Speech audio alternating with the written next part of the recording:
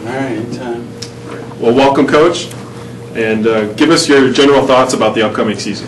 Well, it's going to be a year that I know we're good and I know we're talented, but who's going to make the plays? I know we've got playmakers, but we've got we've got to get on the field and find out what, whenever horses run a race, until you put them in the silks and put another horse beside them, you don't really know how fast they run. So,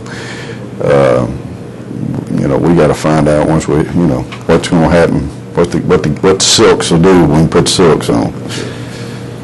Your team finished with the best record in the OVC, but weren't eligible for the postseason last year. This year you are. Right. Are there motivating factors from last year to repeat this season to finish what you started? It's not a theme, but I dare say that there probably is some of that. I know for me, the way we're a very forward-thinking organization.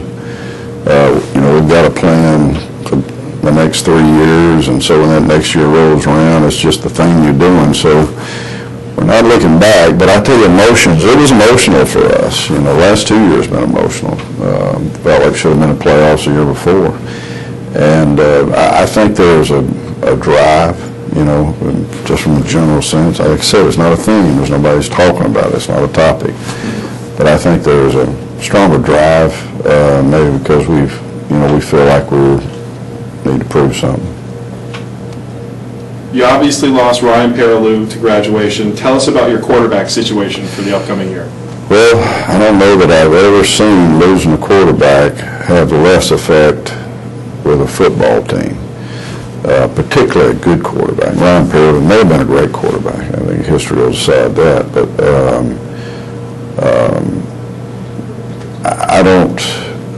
I don't know what we don't know about Marquez that we'll find out in any given game. He started against Georgia Tech last year, played the whole game, and had great numbers, threw 2 touchdowns, 60-something% completion percentage.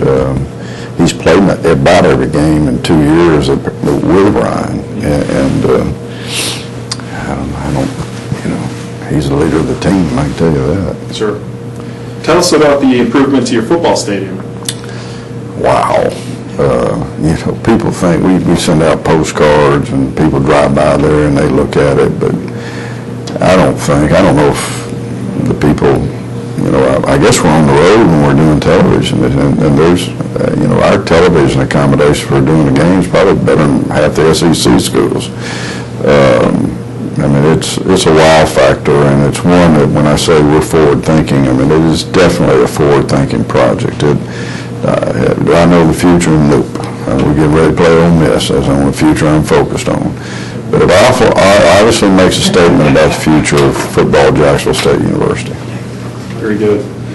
What do you like most about your team this year? Their work ethic, their character.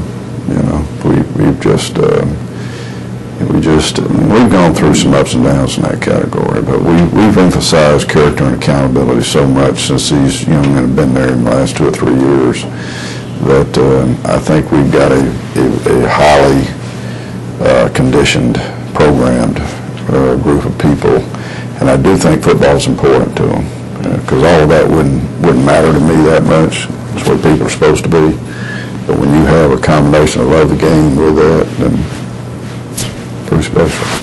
What do you think is the biggest challenge to your team?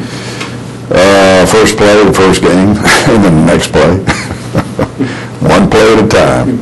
We're going to have a challenge every time we turn around. Let me tell you what, this league is going to challenge us every play of it. So we got to buckle our belts up every day and realize that we're only entitled to what we're earning, and everything, we got to make everything happen. Tell us a little bit about your schedule and how it will pay off for your team. Well, we open up at Ole Miss, which has a we're going to pick up the checks, I always say, but it has an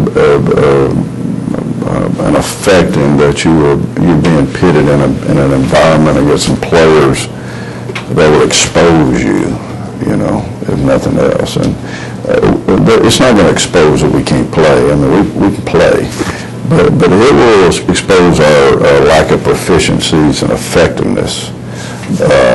And so, you know, that starts us out. And after that, you just got a bunch of people that we got a Georgia State team that's never played football, so we've certainly never played them. But all the rest of them, there's a history of great competitive four-quarter football games. And, you know, each one of them, we lack, I think, maybe the whole OVC to some degree, but we lack from a geographical confinedness that supports rivalries. So you have more internal rivalries. I know I explain to our people all the time, do you really know who Eastern Illinois is? I know that sounds like a bunch of people in Chicago and all that, but you got the two head coaches in the Super Bowl. You've got the best quarterback in the NFL now. Alabama don't have that. So, you know, I think we know, I don't think our fans know, but we know, you know, just what the magnitude of football is at these places.